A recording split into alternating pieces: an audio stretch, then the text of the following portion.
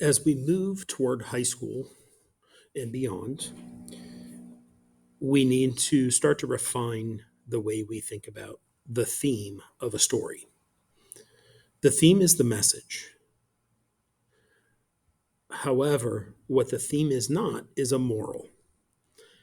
In kids' stories, and when I say that, I mean little kids' stories, like when you're 5, 6, 7 years old, you will often get a very basic story that is intended or designed to teach a lesson, to teach kids a lesson about life, or to teach kids an important, maybe, lesson to follow through their lives. Like, don't exclude somebody just because they look different in Rainbow Fish, or, other little kid stories like that. By the time you reach later adolescence, which is where you are now, you're going to find that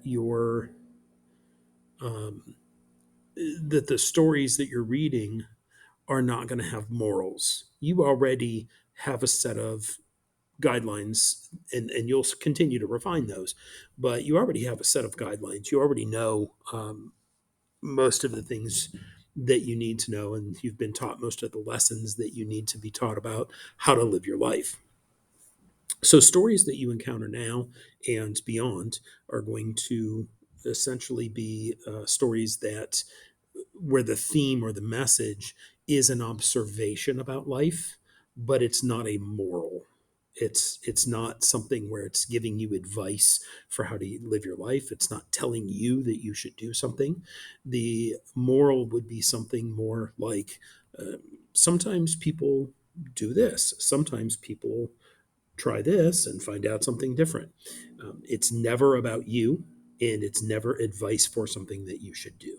Again, those are morals instead of themes. So, as I was looking through the assignments, one of the things that I saw was there were basically three main categories of things that made a theme incomplete. And I say incomplete rather than wrong, because incomplete suggests that you've got a good start and you just need to build on it in order to get to a complete working theme. And all of these have a good start in some way or another. It's just that we need to take them a little bit farther. So, one of the incomplete themes was the theme of the story is about tradition and heritage. Well, we have some important stuff there, tradition and heritage, but the theme would actually make some sort of commentary about tradition and heritage. This sentence does not do that. It's just telling us the theme is about, and it's giving us a topic, but it's not giving us a full theme. So, you can see that this attempt mentions the topic, but it doesn't make a comment about it. So, it's an incomplete theme.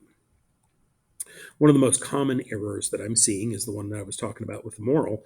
It's okay to want to be your own person, but you should still be respectful of your heritage and tradition. Now, that particular one gives advice. It's telling you what you should do. And that's not a theme, that's more along the lines of a moral. So we want to pull out the personal talking to the audience element of that. We might want to keep the ideas, though. The ideas are good, and we're well on our way to building a good theme. We just want to make sure we word it correctly. A third problem that I saw was that students were being too specific to elements of the story. Martin is afraid to embrace his Lakota heritage because he's afraid of what his friends will think. In reality, there is no Martin. Martin is a made up character. It's a fictional story. There is no Martin. And his friends are likewise fictional. So, it's based on historical figures. It's or not historical figures, but it's realistic fiction, because it is really talking about real situations in the world, like the Lakota and the interaction of people on and off of the Rosebud Reservation. Those are all real topics, but Martin himself isn't real. So that's not a message that we can apply to our lives about Martin. It has to be something a little bit more general than that. So the problem here is that the attempt is too specific to the story. The theme needs to be more general. Let's take another look at a different topic that we could talk about. Oh, I'm sorry. Let's come up with a good theme here first before we move on. So, a theme where we build out of the things that those other three incomplete themes could be something like, sometimes growing up involves learning to balance the desire for independence with the importance of recognizing heritage and tradition. So we get the same idea, but we're saying it in a more generalized way so that it can apply to anybody's life. Now we'll move on to another example. The theme of the story is ancestors, and you can see, just like in the last examples, this one is too vague. It mentions the topic but doesn't make a comment about it. You should honor your ancestors and keep their memory alive. Well, that's advice. That's telling somebody what they should do.